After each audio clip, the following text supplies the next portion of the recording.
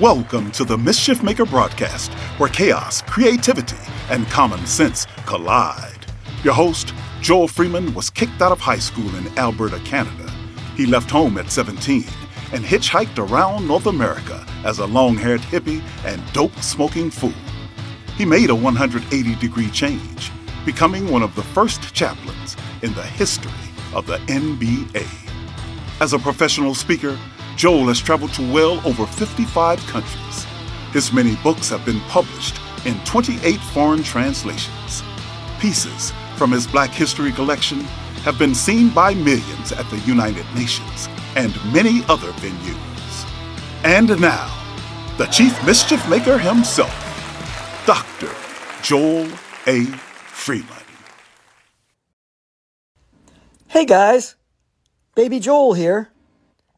The older version of me says that it's probably his age that tricks people into thinking that he's an adult. There you have it. Some wisdom from Baby Joel. Well, we have a very interesting show tonight, and I do hope that we have a lot of people asking questions.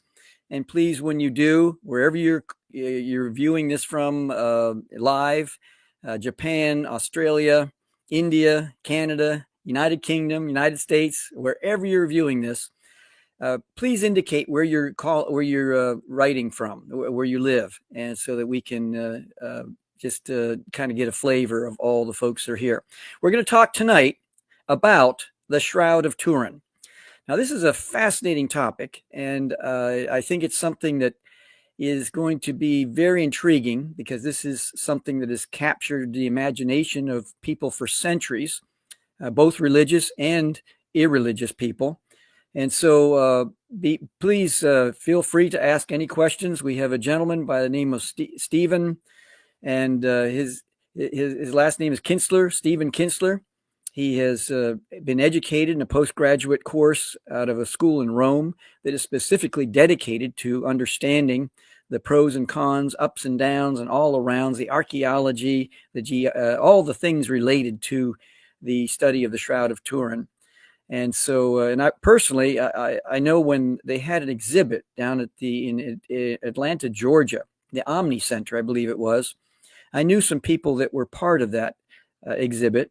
And then one time when I was traveling through Italy, I arrived in Turin just at the off chance of seeing the Shroud of Turin. So, and I've read quite extensively, but I'm going to approach this as if I know nothing about it. And we're going to be tutored and instructed, and a lot of interesting insights, I think, from Stephen Kinstler. So we have a song right now that I wrote, and Mel, let's hit the song. I'm history and I'm sick and tired of repeating myself. Been watching for centuries, seen it all unfold. Humans are humans, all from the same mold. I was there when Satan swelled with pride. I was also there when Jesus died. Been watching Africa, Israel, and Algeria, Russia, China, Persia, and Syria, England, Rome, the Huns and Bombay, Turkey, Greece, France, and the USA. From slavery's dark days to civil rights fought, Black history's chapters, battles hard fought, segregation, discrimination we must remember. But it's time to unite and make amends together. One thing I've seen since I was just a teen, a lot of good people outweigh the few evil. Break the chains, break the cycle, let's move forward, let love be our revival. No more repeating the mistakes of the past, it's time for change, let's make it last.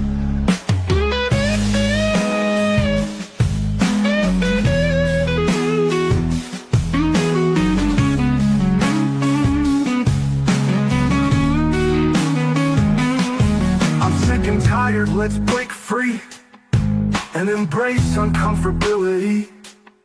No more ignoring, let's heal the divide. Learn from our past, let love be our guide.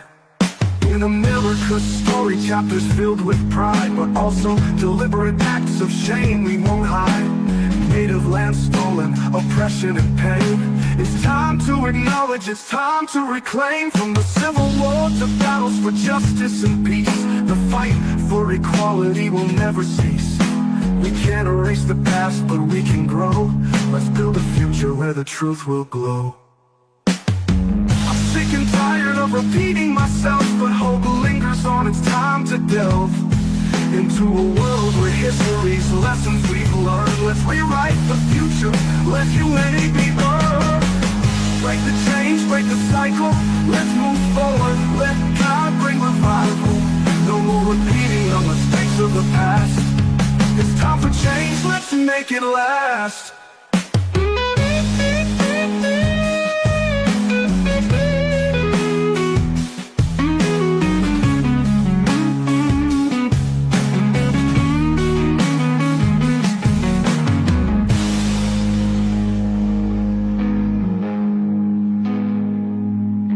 Break the chains, break the cycle, let's move forward. Let God bring revival. No more repeating the mistakes of the past.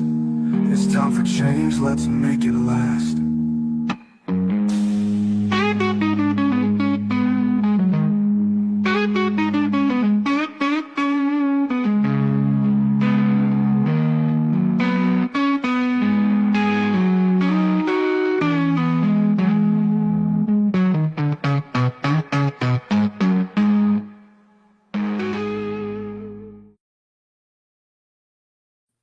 Well, that song originally was a spoken word piece.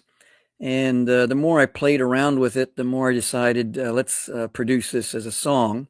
I'm kind of partial to the blues. I'm one of those kind of guys that, if I'm in Florence, Italy, or wherever I am, and there's someone playing music, I'm a sucker for live music. And I hope you enjoyed that song. Tonight, if you're watching this live, for those who aren't, you aren't, but those who are, there's a QR code above. And if you wanted to go to that, it's a website called chiefmischiefmaker.com. That's 3 words, chiefmischiefmaker.com. And one of the first things you're going to see is my definition of what it means to be a mischief maker. And the whole purpose of the show is to help to grow up a whole group of people, take people from A to A+ and becoming a mischief maker in your respective communities. And that means looking through a different lens and looking at it from a different angle. And so tonight we're going to be talking about the Rosetta Stone. I almost said that. We're going to talk about the Shroud of Turin. And I love talking about these types of artifacts. And Stephen, come on in and let's discuss this. Stephen Kinstler, and it's a joy to have you on. And thank you so much for all the study that you've done on this particular topic. I might play the devil's advocate at different times. And like I said earlier, I'm going to approach this as if I've never heard about this before in some levels. But if you could kind of give us a sense of what is the Shroud of Turin? And as I mentioned earlier, why has this, a 2-part, why has this captured the imagination of people and I guess stirred up controversy for so many centuries? Right. So thanks for having me on your show. Again, my name is Stephen Kinstler, and I've been studying the Shroud intensely since 2021.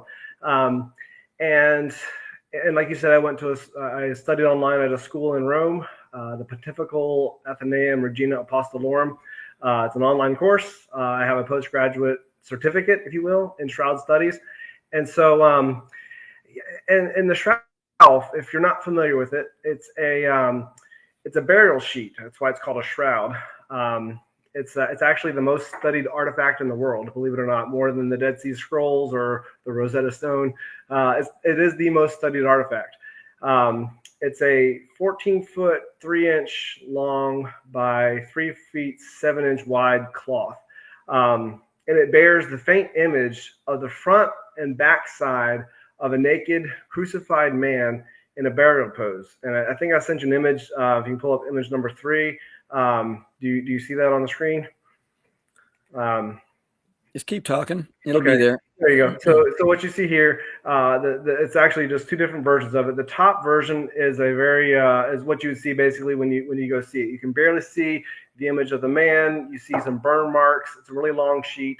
It's linen cloth. The bottom is a different version that shows the enhanced contrast. And so as you can kind of see there, on the left side is the front side of the man. On the right side is the back side, and it folded. Wrapped him sort of like this, right? If he's in the middle, it's wrapped like this, where his head is in the middle of the sheet there. So there's a faint image of a man there, and there's wounds and blood stains on the body that are consistent with Roman scourging, where the person was whipped, and also wounds and blood stains from a crucifixion. There's nail wounds in the wrist. There's a side wound where the man of the shroud was pierced in the side. There's blood stains in the hair and in the scalp. So it's very consistent with what we know of Jesus's crucifixion. But the interesting thing is, if you go to slide number 1, you can kind of see how we might divide this up and see. We get a close up of the face here. And again, this is the enhanced contrast version of it. And on each side of this face, you see the front side and the back side. But what's interesting about the shroud and what it's known for is that when you take a photograph of this and you look at the negative becomes the positive image. So looking at this, it's kind of abstract. You don't really, if you're in the Middle Ages and didn't know, you saw this image, you might not know what to make of it. But, fast forward to the 19th century, and the negative looks like this in slide number 2. All right, we get a detailed image and a face of a figure that we all might recognize as Jesus because of the icons we've seen over the years. And there's art history that studies, the different points of congruence that agree with this face on the shroud. But again, we see a negative, and in the negative, we see the positive image of this man of the shroud. And so the shroud behaves like a photographic negative. This was first discovered by an Italian amateur photographer. His name was Secondo Pia. That was on May 28, 1898. So it wasn't until 1898 when the first photograph was taken.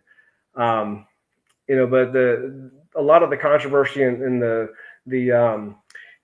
questions around the shroud is based on, okay, there's not much of a historical record before the 1350s, before the 14th century. The first actual historical record of what we know as the shroud today is around 1356. And of course, many of you may know that in 1988, it was radiocarbon dated to the years 1260 to 1390, which just cast a lot of doubt on the authenticity of the shroud. And of course, the implication here is, the debate is usually around whether or not that is authentic, right? Is it truly the burial cloth of Jesus, or is it just a fake? And that's the debate. And why does that matter? Because, if it's fake, then it's just another picture of Jesus. That's all you got. You proved it's just another picture of Jesus. But if it's real, then it's in my opinion, the single most important artifact in history, because we now have solid evidence for the resurrection of Jesus. And for those who deny the resurrection or don't believe in it, the question that surrounds this debate is, how was that image formed, right? There's lots of different hypotheses. I don't know if we're going to get into those tonight because that's a really deep part of the science. But yeah, how was it formed? And we don't know to this. The short answer is we don't know how that image was formed today. With our modern technology, we still can't replicate it. So that's the intro to the shroud. So in the mid 14th century, that's when it was found or uncovered, or whatever word one wants to use. And when it comes to police work and things like that, they call it a chain of custody.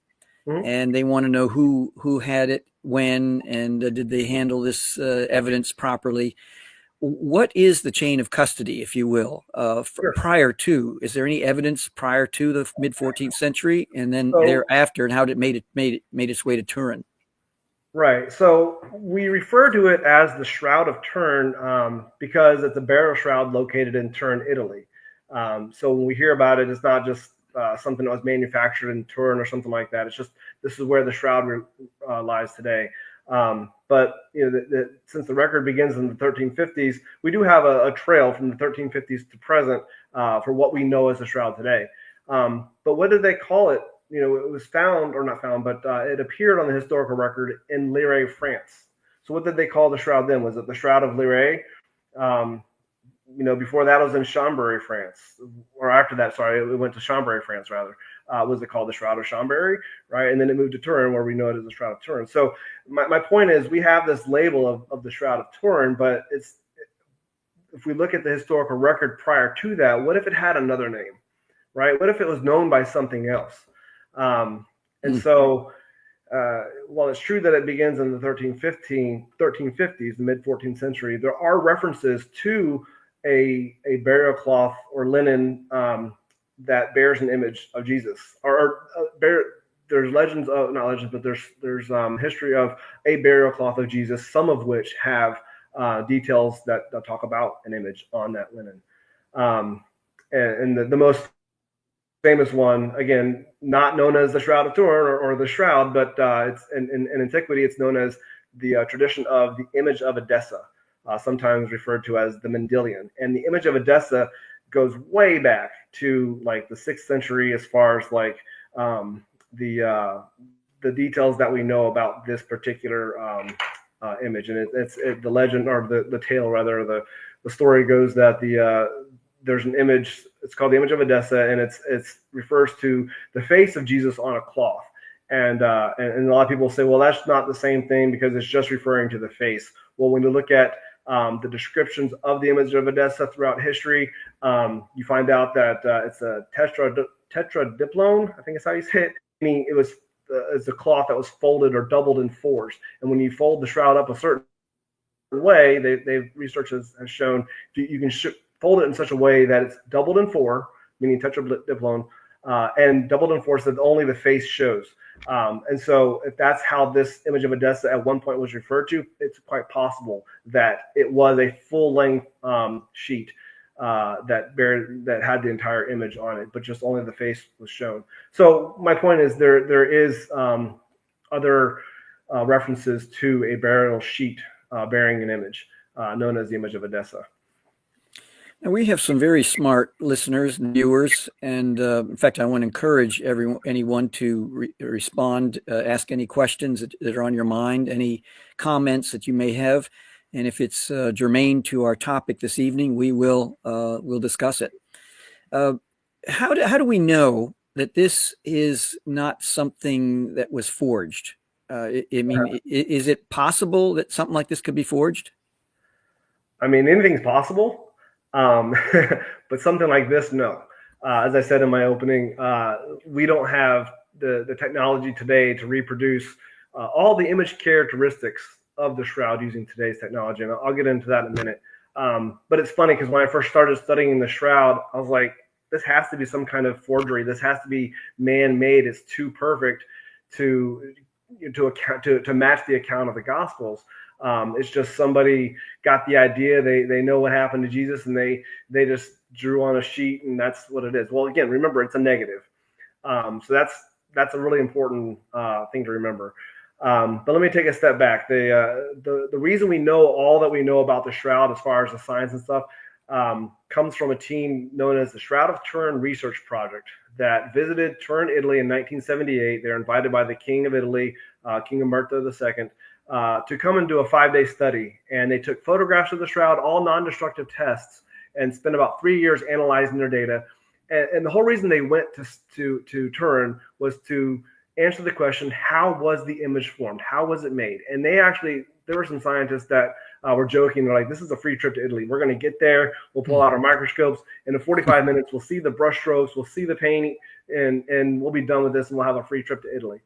We'll go to the Leaning Tower of Pisa or Florence, right, or something like that. Yeah. Right. It's like they expected they would just go to Italy. They'd see the brush strokes. It's a painting. Because at that point, they hadn't really looked at it under the microscope. They just had photographs that were done by Giuseppe Henri in 1931, of course, Secondo Pios in 1898, but they hadn't actually had a chance to study it under the microscope. And after 5 days of review, 3 years of analysis, and even to present day, we don't know how the image was formed. They found out, though, what it's not. There's no paints, dyes, pigments, oils, powders, paint binders.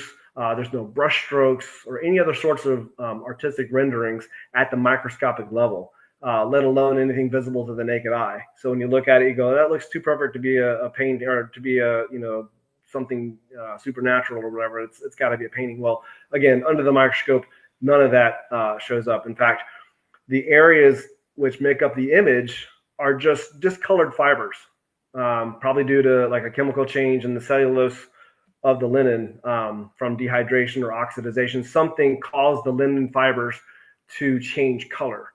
And so under the microscope, they don't see like paint between the threads because there's no paint there. It's just they look at it and they go, oh, that fiber is discolored.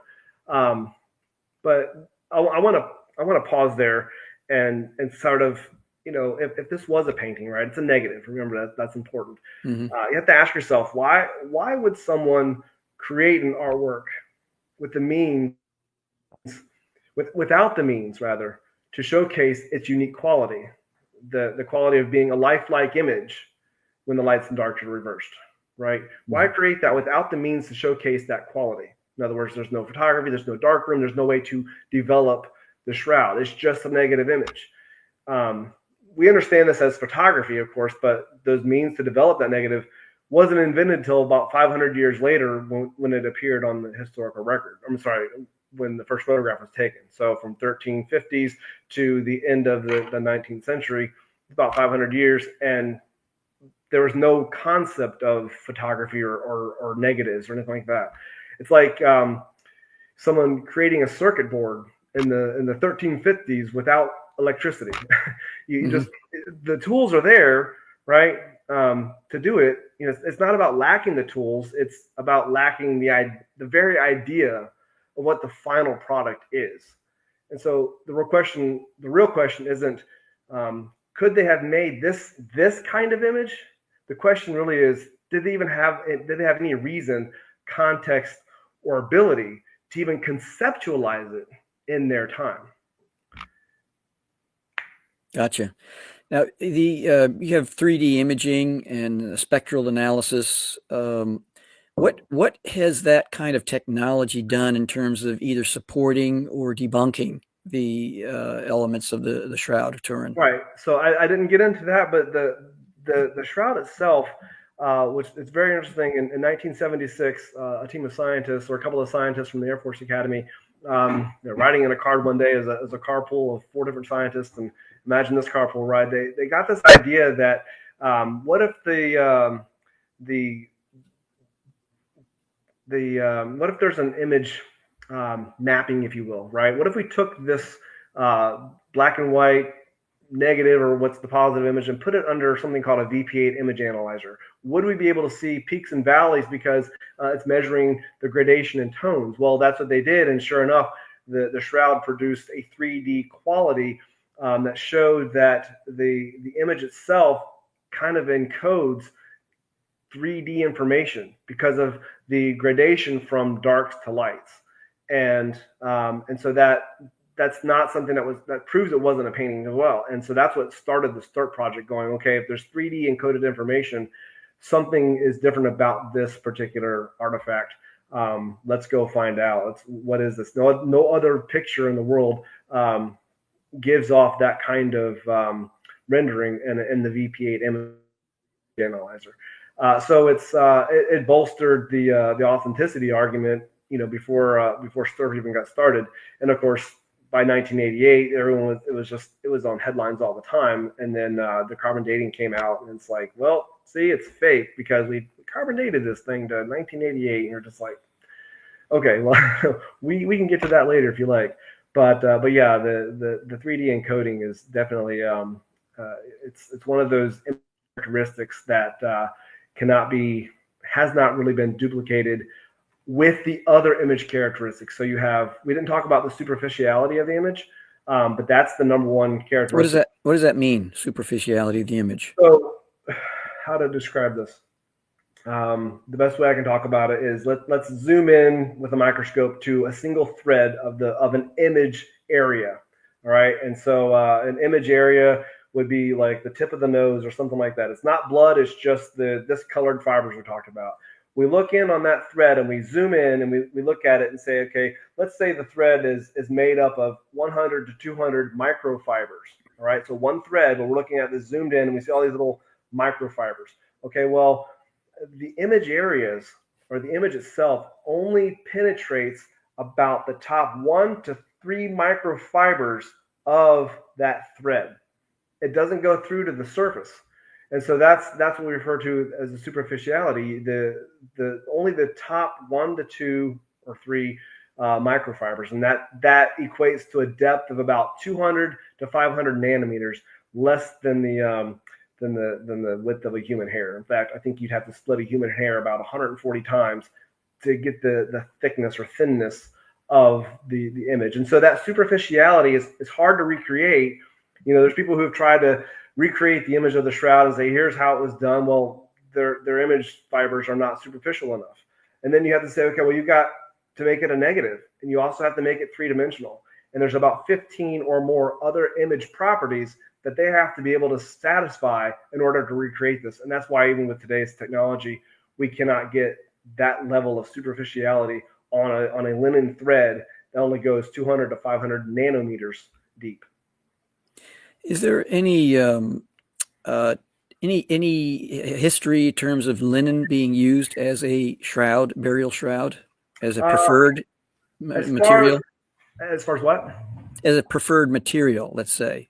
Not for painting, right? If that's what you're referring to, not for making images, but as far as the death burial itself, yes, there are plenty of reference or instances of burial shrouds that are made of linen. This one in particular is a very fine linen because of how because of the weave. It's known as a 3-to-1 herringbone weave. Very, very fine linen. Not something that you would not a very coarse pattern of weave, a very tight weave. Again, 3-to-1 herringbone. And so it's a very would be, no matter when it was manufactured, if you believe it was medieval or not, would have been a very expensive sort of weave. But yes, linen in Jewish burial customs, they would bury their dead in a linen shroud. That's according to Jewish burial customs. Well, we're going to take a break, but we're going to come back. Blake Tolliver, not sure where you're from, Blake, but you've asked a brilliant, wonderful question. We're going to submerge that question, and after the break, we're going to come back to revisit Blake's question. And also, I have another question about the DNA of the blood, and just anything that any analysis on that. Sure. So, Mel, let's go to our break from our sponsor, Rosetta Universe.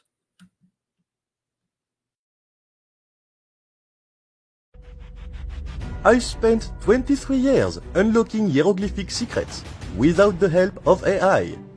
Analyzing the Rosetta Stone scripts forced me to learn the value of critical thinking.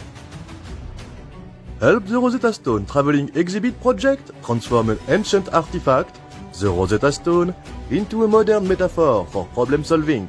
Nothing can stop you.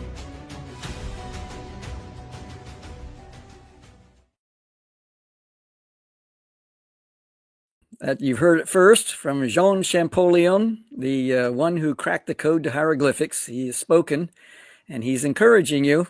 Don't take this lightly. He's encouraging you to check out the Rosetta Universe project. And what we have here, this is all about the Rosetta Universe project.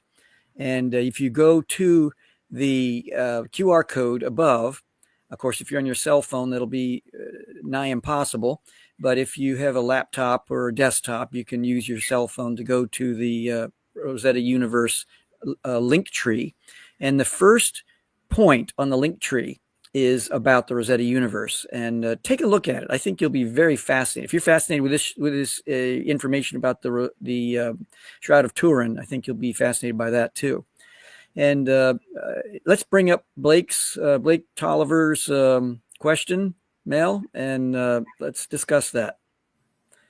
I think it had to do with what has been revealed based on new AI techniques for authenticating the shroud, and has it been done?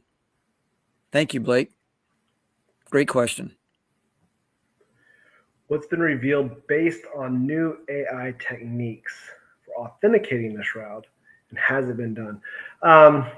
So AI is a great tool, and of course I've used it for other research and different things, and I've asked it about the shroud.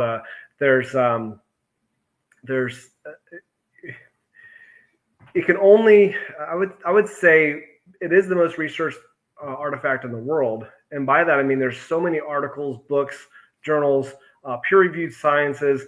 I don't think it's been fed enough information to really dig into. This would be something that I would love to pursue. My background is in computer science, or to at least maybe lead an effort to create a large language model based on the research of the shroud. If you want to not do this, but if you want to see how much is out there, I would start with the website SHROUD.com.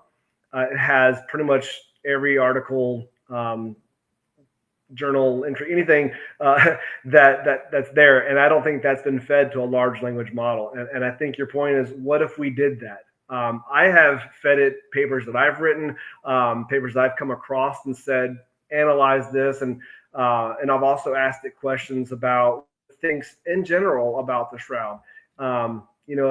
As with any AI, if you ask it a kind of surface level question, you're going to get a surface level answer, because it's pulling its information from publicly available sources, or what may have been fed to the model at different times.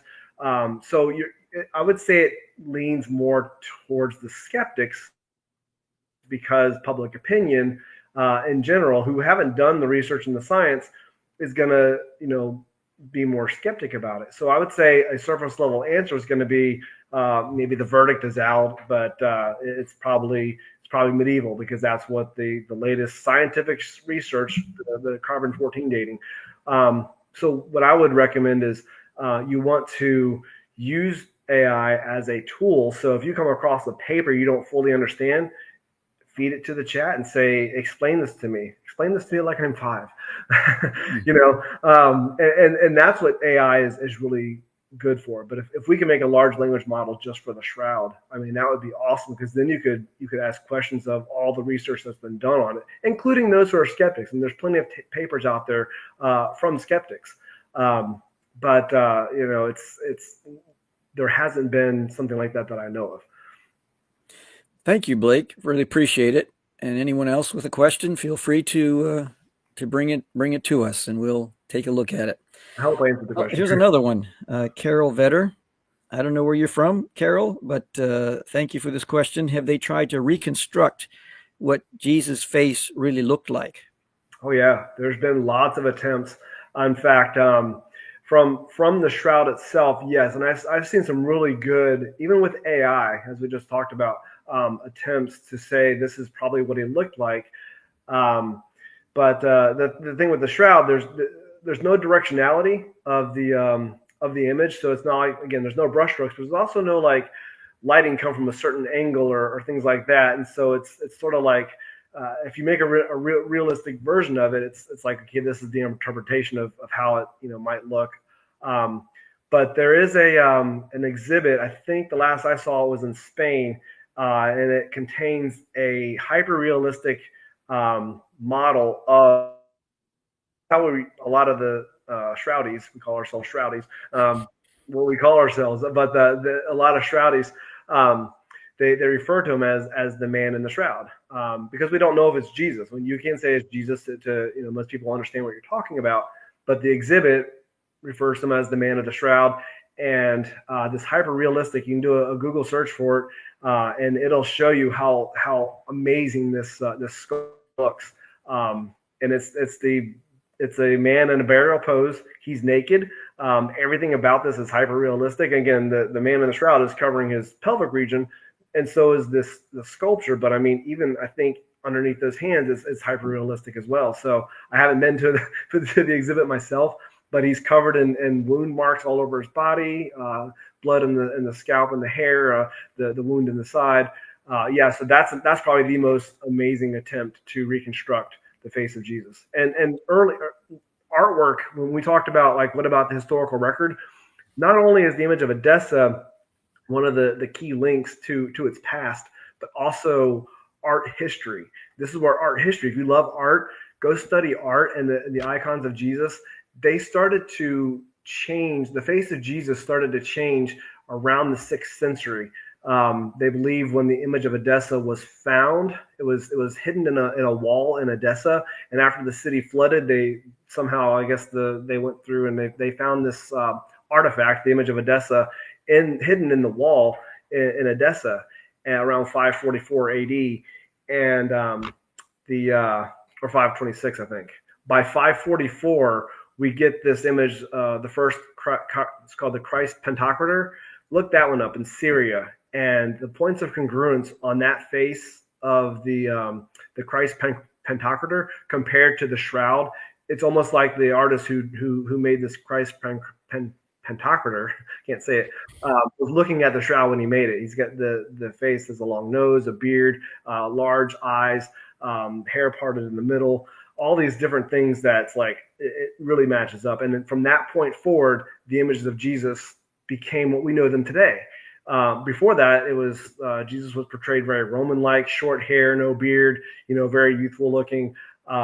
And now you see these images starting after the image of Edessa was discovered again in the wall after the city flooded. The icons and the artwork starts changing. Thank you. Dennis Jones, he says, maybe I missed it, but have they carbon dated the shroud? Had they carbon dated the shroud? We have not talked about that. Do you want to get into that now, Joel? Sure. Let's jump right in. Dennis wants us to, and I want us to too. Yeah, it's a big topic, and this is the one. This is the thing that really a lot of people got hung up on after 1988. So the STURT team that went there in 1978, carbon dating was known, but at the time that the kind of carbon dating would require a very large sample to do carbon dating, and they decided not to do it. They said, let's wait to see if this process, this methodology matures. And sure enough, by 1988, the process had matured to the point where they only needed a very small sample in order to do carbon dating. So it's finally, I guess, approved. A whole list of things that originally was agreed on, but when all was said and done, a lot of that, what they call protocol, was changed. They originally were going to have 7 labs test it. They narrowed it down to just 3. That's kind of strange. The sample that was taken was from a very known contaminated corner, because artwork of the shroud from its known history shows priests and whatnot holding the shroud up by its corners. And so that's just pure contamination there by being held by human hands. And then, of course, it was in a fire in 1532 that can add carbon to it. So, but they took the sample from this corner, a well-known contaminated corner, and instead of going with the protocol where they were going to take samples throughout the shroud, they cut one sample, they split it into 3 pieces, and sent it off to 3 labs. So essentially, it was just one sample, just separated 3 times. And I guess the idea was like, maybe if these labs, if they agree, we should get a similar date. And so that's how we can, verify, or we can say that this is a valid test, which I don't know why they split one sample 3 ways, but that's what they did. But this is definitely the most debated objection. The results of the carbon dating were released on October 13th, 1988. And again, the short story is that they selected a sample not representative of the whole cloth. And I'll fast forward. This was what were the results? What would they date it to? They dated to the years 1260 to 1390. Mm-hmm. And my idea of the sample being not representative of the whole cloth, this is actually proven true using statistical analysis of the raw data in 2018. 30 years went by before they could analyze the raw data that was done from the carbon-14 data, or carbon-14 dating. And up until that time, scientists and skeptics, they would argue over, the Shroud sample is not, a good place. Of course, we knew that, but how do you prove that? Okay. And they would say, okay, let's look at it under the microscope. Oh, look, there's cotton in the sample, and the shroud is made of linen. So therefore, it's not, chemically speaking, it's not the same material. So we can tell that there's a lot of truth to this, but that's really all they could argue. Up until 2018, that's what they would do. Now we have statistical analysis. And I want to talk about that because there's not enough discussion about the statistical analysis and the results of that to prove that the sample wasn't a good sample. And so the analysis shows that the samples were not homogeneous. And that means that homogeneous variances, if they're the same, meaning homogeneous, that means that the labs worked properly. And they all worked at the equal levels of precision. It's like three marksmen who can shoot with the same level of accuracy. All the labs were the same. So if it was homogeneous, we would see the labs working properly. Again, the samples were not homogeneous. That was the bottom line. If they're heterogeneous, which that's what they found, that means that the sample has internal inconsistency. So if it's homogeneous, has three marksmen who have the same level of accuracy. Heterogeneous means that their shots all landed in different places. Okay? And so the problem isn't how precisely they shot, it's where their bullets landed. And it raises a red flag. If the labs were equally precise, which let's assume all three labs were equally precise, they should have gotten the same average data, but they didn't. And that's the heterogeneity. I can't say heterogeneity. That's what makes it heterogeneous, because they got different results. And that suggests that something's wrong with the sample or its consistency, what it's composed of. So the carbon dating is not reliable because they don't agree. Even though the labs did their job properly, they don't agree. And there's other statistical things we can get into. There's other things I like to talk about. It undermines the original conclusion that that the shroud is 1260 to 1390. They averaged 12 data measurements. They averaged the dates of 12 measurements. Okay, and you can't just average things like that. It's like trying to average the temperatures of different cities across the continent, and saying that's the average temperature for that one town. It's just misleading. You just don't average things like that when you're looking at dates. And that's what they did. And they came up with 1260 to 1390. They also weren't supposed to collaborate. They did collaborate. They didn't spend as much time as doing the research as what you probably should have done. It took 10 months to do the statistical analysis in 2018. I think it was something like 5 weeks before they came back with their average in 1988. So very rushed. You got to wonder about the actual thing. But again, statistically speaking, because of the results that they got, and because it's a heterogeneous sample or heterogeneous results, that proves that the sample wasn't a good sample. And it's funny because now skeptics who used to rely on carbon dating, they hear this statistical analysis and they go, okay, so I guess we don't have carbon dating to go on anymore. That kind of undermines our belief that it's not real. The sample is wrong. So either test it again, or find other ways. There are other ways to do testing, but the church, the Catholic Church, the Pope actually owns, quote unquote, owns the shroud, and he has to be the one to sanction any additional tests. There's been tests done privately. The latest one that's brought the shroud into the news lately is known as the wide-angle X-ray scattering, and this dated the shroud to the 1st century. So that's the latest one, I think, in 2022. They had some thread samples, and it didn't destroy the threads. It's a kind of test that doesn't destroy it. So that would be great to be able to do that across the entire shroud, to do non-destructive tests that you can do. So that's the long and the short of carbon dating. Thank you. Thank you, Dennis, for bringing that to the show. What about the DNA, the blood? Is there O positive, O negative, A, B, B? Yeah, the blood. That's a fun topic too. How much time you got? No, I'll try to. We've got about 13 minutes. Let's give us as I'll give you a 5-minute. Okay, if I can, 5-minute thing. So they've done tests on it. So you can't reconstruct, or you can't the DNA, I should say, the DNA on the shroud is non-existent. It's degraded so bad you can't actually do DNA types of tests, but you can do blood tests, and they have done blood tests for in 1978. Part of their conclusion was that the shroud tests positive for blood, serum, other components of blood, hemoglobin. Or no, maybe it wasn't hemoglobin. It was the parts of blood. Anyways, it was real human blood is what they concluded when they tested it. And what they found in the blood areas indicate the presence of hemoglobin and elevated levels of bilirubin.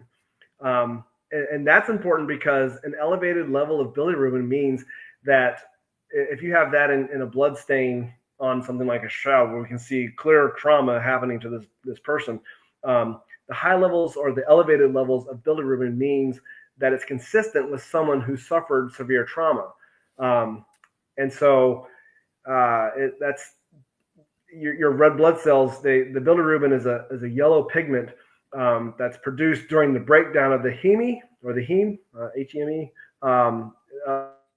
of the hemoglobin in the red blood cells. And so severe physical trauma, like scourging, like whipping the body or nailing the hands, beating in the face, all these things we can see on the shroud. But the severe physical trauma can lead to an increased breakdown of red blood cells. That's called hemolysis. And that results in the elevated bilirubin levels in the blood. So it's because the trauma is increasing the breakdown of the red blood cells, and because they're breaking down, bilirubin is going up.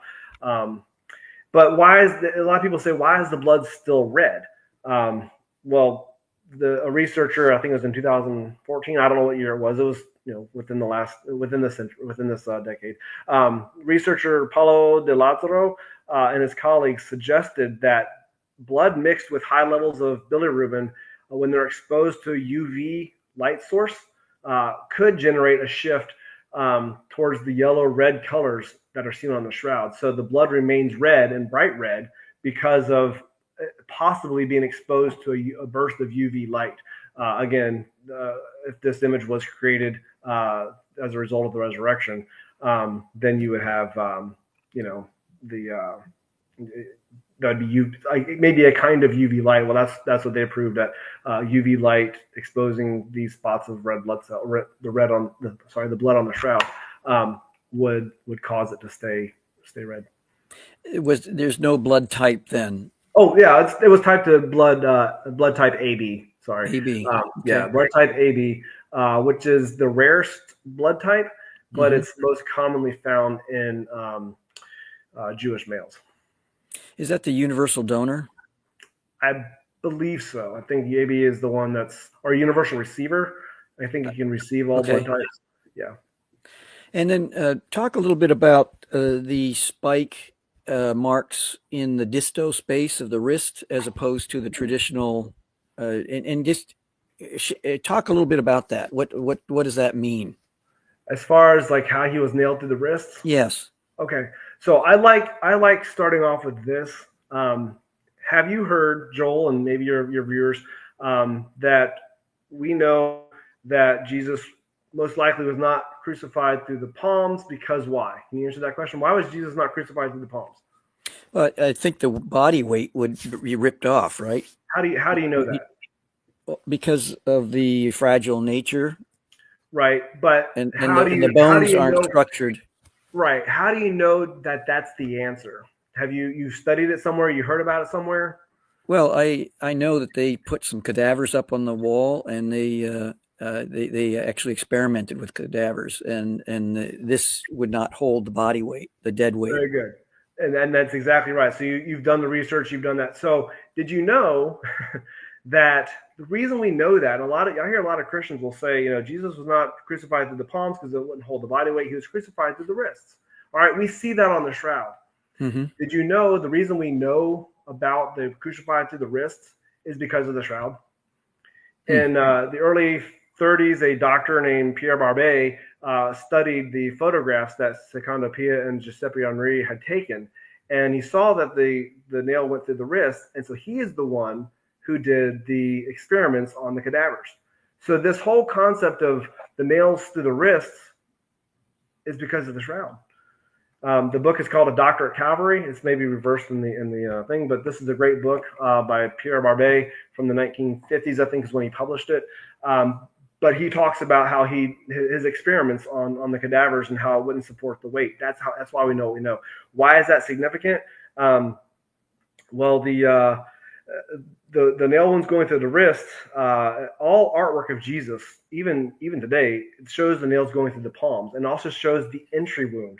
The shroud shows the exit wound. If an artist is going to create this image, why would he go from deviate from the norm and show the nail through the wrist, right? Why would he show the exit wound? Why are there no thumbs on the shroud, right? If you look close if you go back and do your research and pull up an image, you see that his wrists are crossed. You see one nail wound, but you see two blood trails down the arm. So that implies that there's another wound in the wrist that's being covered. But his hands are crossed, and so you can't see thumbs.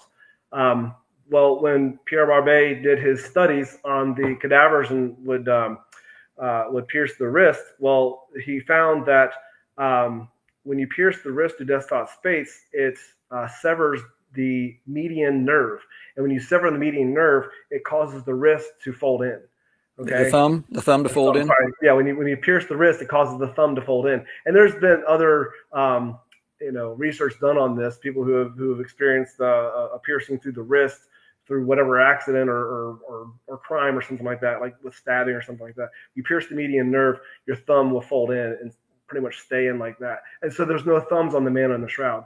That's a very interesting detail, and that's important to another art history. There's an image known as from a book called the Prey Codex, Hungarian Prey Codex, and in it is an image of what we believe is Jesus. It's a scene of Jesus being buried, and then the scene right beneath it of the resurrection where Jesus is gone.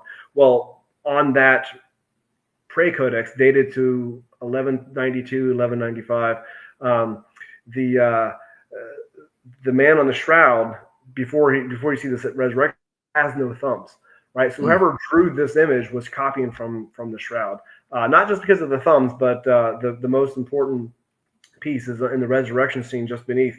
You see 4 holes in the shape of an L drawn into this, what looks to be the shroud, and those 4 L-shaped holes, or that L-shaped holes, whatever, they appear on the shroud in that same pattern. Why would an artist draw 4 holes in that pattern on the image in his Prey Codex? So, but the 4 fingers, the long fingers, the fingers are long because what we're looking at here is not just the length of the fingers, but the fingers going all the way down into the hand. The fingers, the bones of the fingers extend all the way down. And so the fingers appear abnormally long. Well, the shroud is acting also in those areas like a negative. You also see his teeth if you look closely on the shroud. So these are all scientific things you can get into, and these get debated. But yeah, it is really cool. Hope that answers. When someone looks at the back, the trajectory seems to show that one of the guards or whoever it was that was beating this person was shorter than the other and meaner and more passionate. Yeah. The Jewish tradition is the 40 lashes, according to the Jewish law, and they would generally stop at 39 just in case in the heat of passion they miscounted, right? But when Romans had no such rule. And can you talk a little bit about that aspect? Yeah. In terms of relevant to the Shroud of Turin.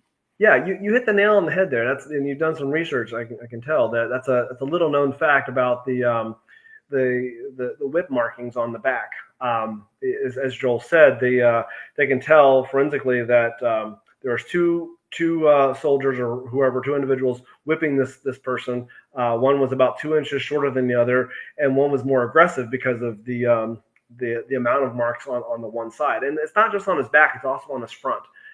His groin area is not affected. His arms are not affected, so he most likely had his hands up here, but he does have marks on his bottom.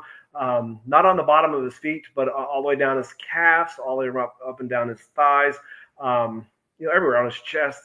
So he was definitely beaten and whipped in the way that the Gospels describe Jesus. Well, they don't describe it; they just say Jesus was scourged. So what do we know about scourging? Was from the shroud, and so there's also what's interesting about the scourge marks. So we can see that. Well, we can kind of see a procession of events here, right? The scourging happened first because after the scourging, or on top of the scourging, I should say, on the back, on the shoulder blades of the man of the shroud, the shoulder blades look to have abrasions, right? And by that, we know they're abrasions because where there would have been the whip marks, they're all smeared, and they're smeared in a way that something was across his shoulder blades on either side. He could have been carrying what we know as the patibulum, even like this, or on one side like that. But there's a smearing, and so that scourging happened first, and so you see the sequence of events, and then something heavy was placed on top of that. So I don't know if that answers your question, since you did a good job of explaining, how the scourging happened. But the scourging is most likely what in Jesus' death because of how much blood was lost and the shock that happened to his body. And the asphyxiation of pushing one. That's how he ultimately that's how people died on the cross, was from asphyxiation. And the way I like to describe that, asphyxiation is, not being able to breathe. Well, it feels like drowning, because in order to breathe, you have to push up on the cross to exhale, and then you'd inhale when you come down. If you want to let your breath out, imagine holding your breath. So it's like drowning, holding your breath until you die, because he can't exhale. And so because he can't exhale, then he's just holding all that air in. And so that's, again, how you die. And that's why they break the legs, because if you can't push up, then you're essentially just, holding your breath until you die, because you can't push up. Yeah. And the legs were not broken on the shroud, right? Right. There's no broken bones anywhere. His nose is a little bit, looks like it might be a break in the nose or some kind of fracture there, but the nose is made of cartilage. So no broken bones. Well, folks, the reason I brought Stephen on is I wanted us to take a look at the Shroud of Turin.